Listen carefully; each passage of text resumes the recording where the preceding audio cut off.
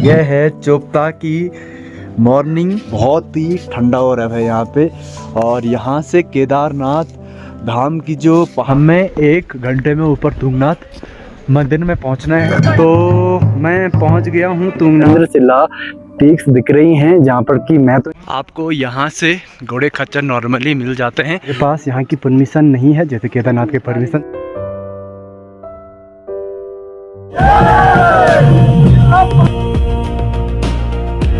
18 से काफ़ी टूरिस्ट बढ़ने बैठ गए हैं। पर यहाँ पे सबसे बड़ी समस्या क्या है कि यहाँ पे वॉशरूम की दिक्कत है।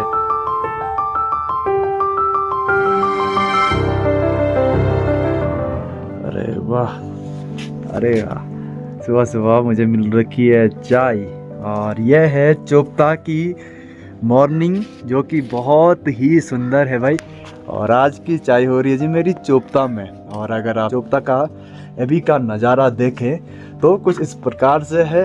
बहुत ही ठंडा हो रहा है यहाँ पे। और यहाँ से केदारनाथ धाम की जो पहाड़ियाँ हैं वो बहुत ही सामने से दिख रही हैं। और वहाँ पर दिख रही है बर्फ़। और यहाँ पर धूप आती है 9:30 या 10 बजे। और तब तक शायद हमारी कुल्फ़ी जम जाए और चाय पीते हैं इन पहाड़ियों के बीच और आनंद लेते हैं।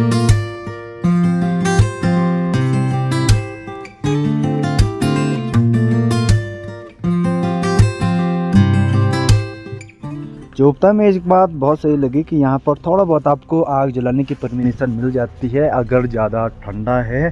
जबकि केदारनाथ में भाई बिल्कुल भी परमिशन नहीं है।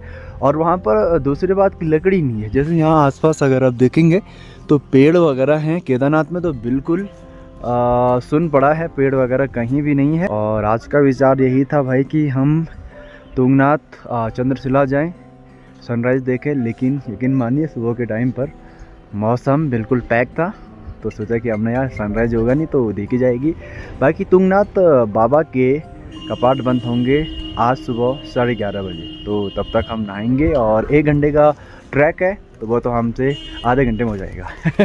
चोपता की एक बड़ी समस्या क्या है जो मैंने देखी, चोपता में बिजली नहीं है। यहाँ पर सोलर से बिजली उत्पन्न की जाती है, वो भी 4-5 घंटे के लिए रहेगी। इन्वर्टर आजकल लोग लगा रहे हैं लेकिन ये वैकल्पिक तरीके हैं, परमानेंट तरीके नहीं है। क्योंकि इन्वर्टर के लिए भी सोलर चाहिए होगा और बैटरी के लिए भी सोलर चाहिए होगा। मुझे जब मैंने इसका कारण पूछा लोगों से, यहाँ के लोकल लोगों से, तो उन्होंने बताया कि भाई ये वन विभाग की संपत्ति है और यहाँ पर बिजली लाना गैर कानूनी है और इससे यहाँ पर बिजली नहीं आ रही। मुझे यह समझ नहीं आता कि उत्तराखंड सरकार या फिर वन विभाग इस बात को क्यों भूलती है कि केदारनाथ धाम में भी बिजली है। जबकि केदारनाथ धाम से बड़ा वन विभाग क्षेत्र मुझे नहीं लगता कोई और भी है, जो कि बहुत बड़ा एक एरिया है। और साथ में तीर्थ स्थल भी है, जिस तीर्थ स्थल में आज पूरी व्यवस्थाएं हैं। केदारनाथ धाम में आपको गर्म पानी की कोई दिक्कत नहीं होगी। होटल वगैरह में हर टाइम बिजली उपलब्ध है। वहाँ पर वाईफाई है, नेटवर्क्स हैं, एवरीथिंग है ना। वहाँ पर आपको कोई दिक्कत नहीं होगी। और आने वाले दिनों में वहाँ पर रोपवे भी बनाई जा रही है। जबकि वो भी वन विभाग का क्षेत्र है और बहुत बड़ा वन विभाग है, बुग्याल है। जबकि ये एक जंगल का क्षेत्र है, वन विभाग का क्षेत्र तो बहुत बड़ा है ये भी। लेकिन बुग्याल ऐसे यहाँ पर बुग्याल नहीं है, बल्कि चोपता से आगे तुंगनाथ बड़ा बुग्याल है। फिर यहाँ पर बिजली की नेटवर्क क्यों नहीं आ सकता है जब केदारनाथ धाम जैसे जगह पर है, तो यहाँ पर भी आनी चाहिए। और मुझे लगता है कि चोपता पर्यटक क्षेत्र है और यहाँ पर वो समस्त सुविधाएं होनी चाहिए जो एक पर्यटक के लिए ज़रूरी है। जैसे गर्म पानी की सुविधा के लिए होटल में अच्छे गीजर होने चाहिए और उसके लिए बिजली चाहिए होगी, अच्छा नेटवर्क होना चाहिए ताकि कोई भी दिक्कत ना हो। मुझे तो ये लगता है कि यार पर्यटक क्षेत्र को आप जितना विकास करेंगे उतने ही राज्य की जीडीपी या फिर लोकलों की जो आपदा है वो बढ़ेगी। इसमें कोई बुराई नहीं है, बस स्वच्छता का ध्यान रखें और वन को कोई नुकसान ना पहुँचे इसकी गारंटी लोकल है। और वन विभाग के साथ कोऑपरेट करें और विकास करें। भाई कल की बारिश में ये जूते इतने गीले हो गए, हाल फिर भी अभी सूखे नहीं है, फिर भी लगाने पड़ रहे क्योंकि बाहर वरना ठंडा बहुत है, ऊपर से धूप मिल जाएगी तो क्या पता रास्ते में सूख जाए। जा ही नहीं रहे भाई। इन जूतों को पहनकर मुझे केदारनाथ चल विग्रह पैदल यात्रा जब हम कर रहे थे उस टाइम की याद आ गई भाई। कि यही इसी प्रकार से ठंड होती थी, जैसे ही पत्थर में पैर रखा ठंड हो जाती थी। भाई यह है मेन मार्केट चोपता, जहाँ पर कभी आप देखेंगे तो बाइक ही बाइक है, पार्किंग देखो भाई फुल हो रखी है। ये मेन गेट है ये वाला, लेकिन हम चलेंगे यहाँ से ताकि कोई दिक्कत ना हो। ये देखो जी मेन गेट ये है। तो लगातार लोग जा रहे हैं और हमारा टारगेट है कि हमें 1 घंटे में ऊपर तुंगनाथ मंदिर में पहुंचना है। आपको यहाँ से घोड़े खच्चर नॉर्मली मिल जाते हैं। अगर आप पैदल नहीं चलना चाहते हैं तो यहाँ से घोड़े भी आप ले सकते हैं। और ये यहाँ पर अस्तबल है भाई पूरे घोड़ों वालों की, तो यहाँ के लोगों को तो रोज़गार की ज़्यादा दिक्कत नहीं है क्योंकि इनका चलता रहता है। लेकिन घोड़े पूरे साल भर नहीं मिलते भाई, जब तक कपाट खुले हैं तब तक ही घोड़े आपको मिलेंगे। कपाट जिस दिन से बंद होते हैं उस दिन से आपको पैदल ही यात्रा करनी पड़ेगी, घोड़े वगैरह आपको नहीं मिलेंगे। और यहाँ भी लोग अपनी पैकिंग वगैरह करने लगे हैं क्योंकि चोपता घाटी के जितने भी गांव आते हैं सब लोग यहाँ आते हैं और घोड़े वोड़े चलाते हैं। ये देखो पैकिंग वैकिंग होने लग गई भाई ऐसे भी लोगों की। और मेरी सांसें फूलने लगी भाई, तो मैं ब्लॉगिंग बंद करता हूँ, वरना पता चल रहा है कि आपको सीधे मेरी कुछ और ही खबर मिल रही। तो ये है भाई पहला बुग्याल। छोटे छोटे बुग्याल ऐसे बहुत सारे हैं और अभी आप देखेंगे तो लगातार लोग आगे चल रहे हैं। और केदारनाथ और तुंगनाथ ट्रैक में अंतर कितना है कि यह 3 किलोमीटर है और वह 21 किलोमीटर है, और ये ज़्यादा सुंदर भी है और सुगम भी है। इसलिए मैं इस ट्रैक और मधुमेश्वर ट्रैक को बोलूँगा कि बेस्ट ट्रैक है। लेकिन भाई सांसें बहुत फूलती हैं और मैं किस हालत में बोल रहा हूँ मुझे पता है, सांस को रोक रहा हूँ फिर बोल रहा हूँ। और ये पूरा वन विभाग की ज़मीन है, पूरा क्षेत्र है, इसलिए तार बाढ़ कर रखा है। आप ऐसी जगहों पर खुलेआम नहीं जा सकते हैं, वरना आप पर कार्रवाई की जाएगी और जुर्माना लिया जाएगा भाई, वो भी अच्छा खासा। और सभी लोग ये ध्यान से पढ़िए भाई, म्यूजिक सिस्टम बजाना या फिर शोर करना गैर कानूनी है। साथ ही साथ शॉर्टकट लेकर बुग्यालों में प्रवेश करना भी दंडनीय अपराध है भाई। लोग ऐसे शॉर्टकट चले जाते हैं तो यह भी अपराध है, पकड़े गए मैं चालान होगा सीधे सीधे।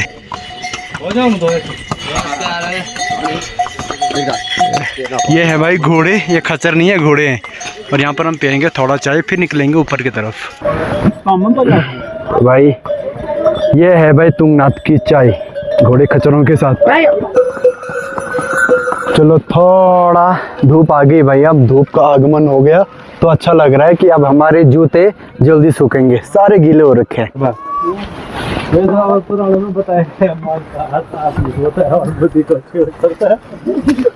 क्या बोले?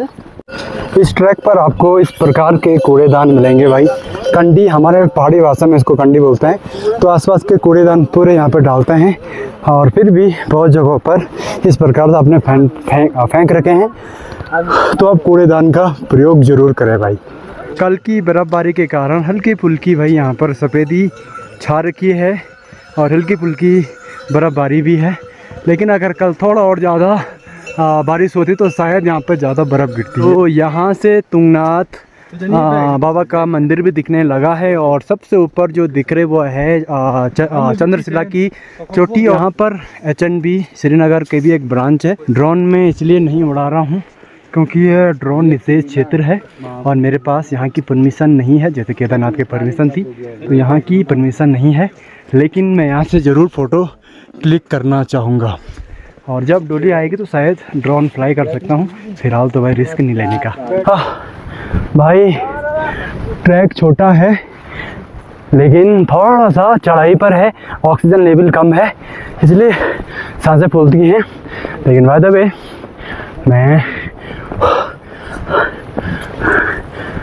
वे मैं पहुंच चुका हूं तुंगनाथ बाबा के धाम में। जस्ट मिनट ऊपर दिख रहा है तुंगनाथ बाबा जी का मंदिर और यहाँ भी धीरे धीरे नगर बस रहा है भाई। जब मैं यहाँ लास्ट टाइम आया था 2021 में शायद, तब इतना डेवलप नहीं था, लेकिन अभी बहुत ज़्यादा डेवलप हो गया है। और अब हैरान मत होना कि यहीं का लोकल होकर मैं क्यों नहीं आया, क्योंकि कहते हैं जो जिसके जितना नज़दीक वो उसी से उतना दूर। तो ये है जी तुंगनाथ धाम के मार्केट, और क्यूआर को देखकर लग रहा है कि यहाँ पर नेटवर्क की भी ज़्यादा दिक्कत नहीं है, लेकिन वीडियो अपलोड नहीं हो रही भाई। यहाँ इतनी ठंड है भाई कि जो ओले गिरे थे वो पाले में तब्दील हो गए हैं, बिल्कुल कठोर।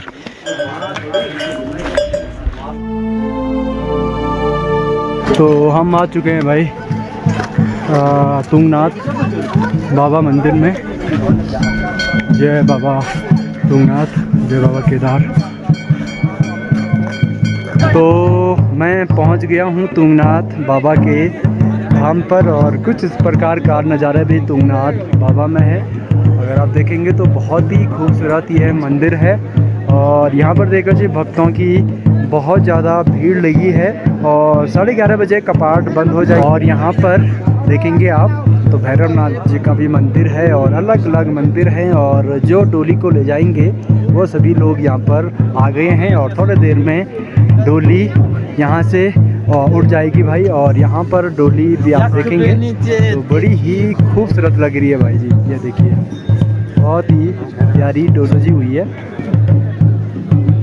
तो कपाट बंद होने की प्रक्रिया चालू हो गई है भाई।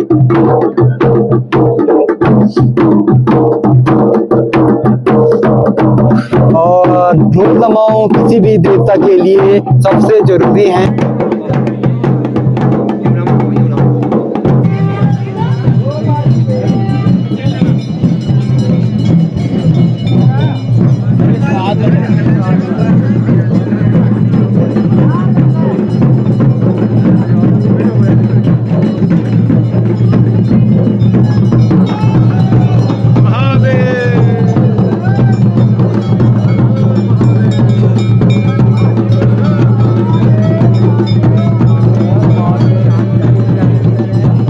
तो तुंगनाथ बाबा की डोली जाने के लिए बिल्कुल तैयार है, और अगर आप देखें तो बहुत ही खूबसूरत नज़ारा है। बाकी मुझे लगता है कि केदारनाथ चल विग्रह डोली से ज़्यादा तुंगनाथ बाबा की डोली को ले जाना है। इसका मैं क्यों बोल रहा हूँ, क्योंकि जो यहाँ का रास्ता है वो बिल्कुल ठंडा हो रखा है, यहाँ पर बर्फबारी है।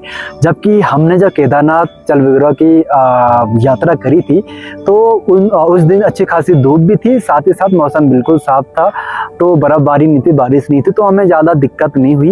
लेकिन यहाँ पर बर्फ़ का रास्ता है, तो इस सिचुएशन में थोड़ा पैदल वो भी बिना जूते चप्पलों की यात्रा करना थोड़ा मुश्किल से होता है, लेकिन भोलेनाथ का हाथ है तो कुछ भी दिक्कत नहीं होती है। और मुझे लगता है कि चल विग्रह डोली कोई भी हो, एक शक्ति होती है, और वो शक्ति हमें एक ऊर्जा देती है। ये मैंने खुद महसूस किया है कि वो ऊर्जा देती है कि हमें कुछ पता भी नहीं चलता है। जब मैं डोली के साथ रहता हूँ तो जैसे ही डोली बैठती है वैसे ही पैरों में दर्द शुरू हो जाता है, लेकिन जैसे ही डोली उठती है, हम यात्रा करते हैं, तो भाई एक आनंद आता है। मतलब लगता ही नहीं कि हम पैदल चल रहे हैं, नंगे पांव चल रहे हैं, चाहे ठंडा हो, चाहे पथरीला रास्ता हो, चाहे कुछ भी हो, लेकिन आनंद बहुत आता है।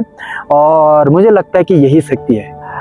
और ये नज़ारा बहुत ही खूबसूरत है। यहाँ पर बहुत सारे लड़के खड़े हैं, कुछ ड्रोन शॉट लेने के लिए खड़े हैं, और कुछ इस प्यारे से व्यू का मज़ा लेने के लिए खड़े हैं। और ऊपर चंद्रशिला पीक्स दिख रही हैं, जहाँ पर कि मैं तो नहीं गया, लेकिन मैंने ड्रोन को भेज दिया है।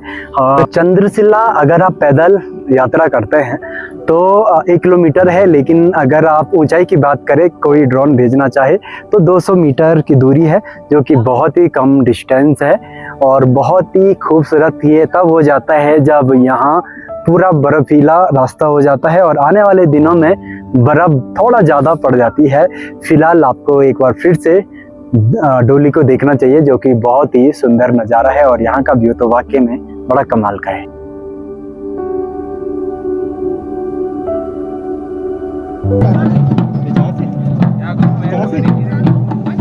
बाबा की डोली मंदिर से दूर आ चली है, और अब इन खूबसूरत बुग्यालों से होकर जाना पड़ेगा। और अगर आप देखें तो बर्फ़ ने भाई अपना पूरा रंग जमा दिया है। कल बिल्कुल शांत था, लेकिन शाम के टाइम पर ही ये बर्फ़ हुई है, और बाबा की डोली आने वाली है भाई।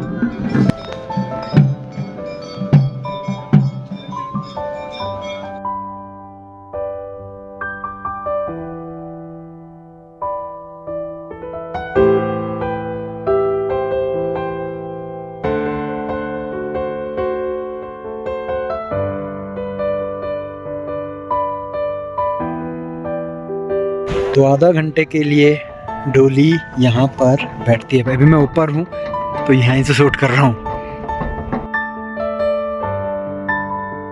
तो भाई कभी कभी ऐसे मोमेंट आ जाते हैं जहाँ पर हम बहुत मेहनत करते हैं, लेकिन अचानक से हमें पता चलता है भाई कि हमारी मेहनत पर पानी फिर गया है। और आज मेरे साथ ऐसा ही हुआ। मैंने ड्रोन शॉट लिए, लेकिन किसी भाई ने सेटिंग थोड़ा बिगाड़ दी थी, तो स्लोमो में सब शूट हुआ। और स्लोमो में शूट हुआ तो वो ड्रोन शॉट अब मेरे किसी काम के नहीं है ज़्यादातर, अगर सेटिंग अगर ठीक नहीं होती है। लेकिन मैं आ रहा था नीचे टेंशन में, तो इसी बीच मुझे एक भाई मिले जो कि अभी फ़ोटो ले रहे हैं और फोटोग्राफर हैं और वीडियो मेकर हैं। और इनका नाम है गुड लक आनंद और इंस्टाग्राम इनका पेज है बिहार वाले भैया। बिहार वाले भैया।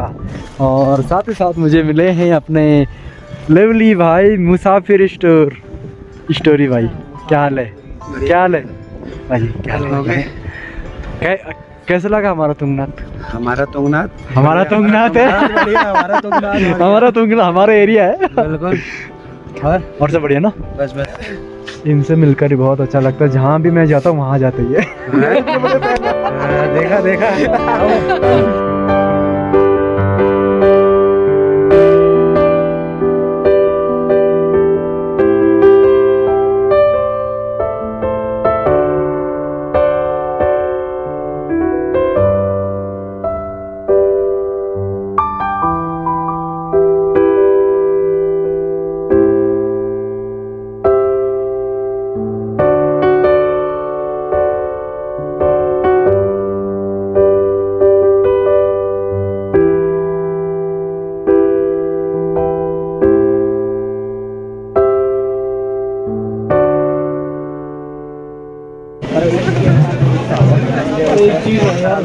तो भाई डोली चोपता में पहुंच चुकी है और चोपता में बड़े धूमधाम से बाबा तुंगनाथ का वेलकम किया जाता है।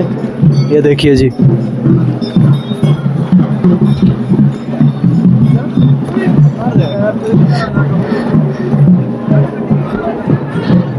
बाबा तुंगनाथ बड़े गुस्सैल भी हैं भाई। अगर उनकी मन की ना हुई तो देखो जी, बड़े गुस्सैल हैं।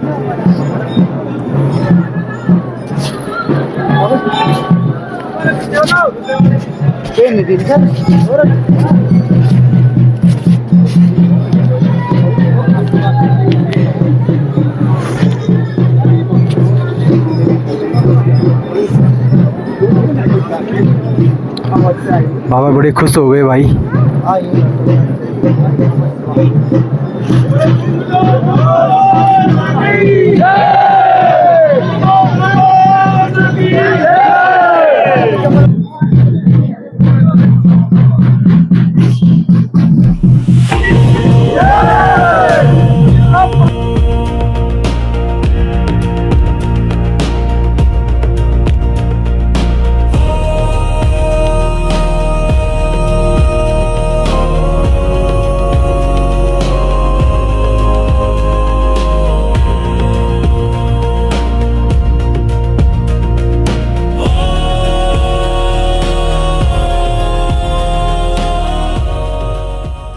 तो भाई बाबा की डोली अंदर बैठ गई है और कल सुबह प्रातः यहाँ से आगे की तरफ जाएगी और कल रुकेगी हुडू में। तो देखो जी।